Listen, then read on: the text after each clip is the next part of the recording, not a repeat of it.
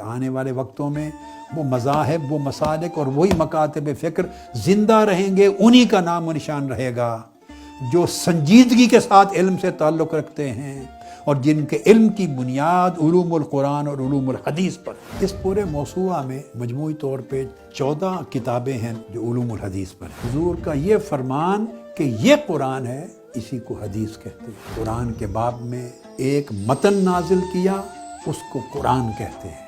ایک اس قرآن کا بیان نازل کیا، شرح، اس کو حدیث کہتے ہیں۔ تو جس طرح قرآن کی حفاظت قیامت تک ہر اعتبار سے اللہ رب العزت نے اپنے ذمے لی، اسی طرح حدیث اور سنت نبوی کی حفاظت اور اس کی حفاظت کرنے والے علوم اور معارف، یہ بھی اللہ رب العزت نے اپنے ذمے لی۔ جو فرضیت اطاعت الہی کی ہے، فرضیت کا وہی درجہ اطاعت رسول کا ہے۔ قرآن رد کر رہا ہے اس کہنے کو کہ میں صرف قرآن کو مانتا ہوں اور قرآن کے سوا کسی اور شے کو نہیں مانتا۔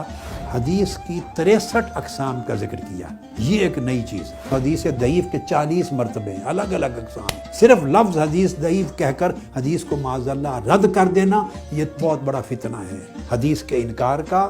یہ حدیث سے ثابت ہونے والے فوائد و برکات سے معلوم ہے۔ حدیث ضعیف کو رد کر دینا، قبول نہ کرنا، یہ نہ امام بخاری کا مذہب ہے نہ امام مسلم کا مذہب۔ حدیث کی صحت کا کوئی تعلق نہ کسی امام کے ساتھ ہوتا ہے نہ کسی کتاب کے ساتھ ہوتا ہے کہ فلاں امام نے روایت کی ہو تو صحیح ہے، فلاں امام نے روایت نہ کیا ہو تو صحیح نہیں، یہ کوئی قاعدہ نہیں۔ یہ پوری کتاب آپ کو فہم دے گی کہ ائمہ علم کے اندر وسعت کتنی تھی، برداشت کتنی تھی، اختلاف رائے کا احترام کتنا تھا۔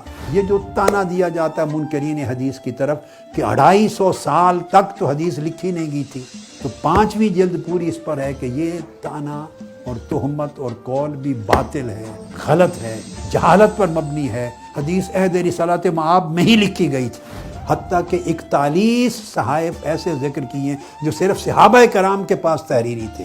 جتنی آبھاس کا میں نے اشارہ کیا، یہ ضروری ہے کہ علماء کرام حلقات میں پڑھائیں، اہل سنت میں علم حدیث کا شغف پیدا ہو۔ علم حدیث کا کلچر ختم ہو گیا ہے اور مدار ہمارا اس کے بعد کے مصادر اور کتب پہ رہ گیا ہے جو آگے آپ کے عقیدے اور آپ کی شناخت کا تحفظ نہیں کر سکیں گے۔